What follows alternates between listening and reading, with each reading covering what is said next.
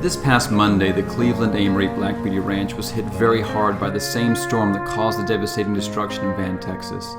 We mourn the lives of our neighbors while we too recover from this devastating storm. Ahead of this storm, we had implemented all precautions as part of our disaster preparedness procedures. For this reason, we are happy to report that no staff or animals were lost or harmed, and all are slowly getting back to a normal routine.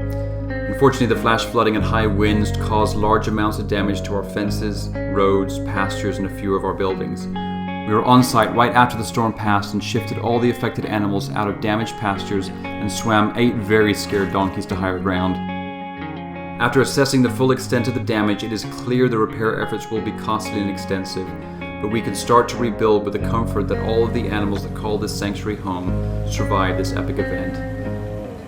Help us rebuild and continue our great work caring for these animals. Thank you.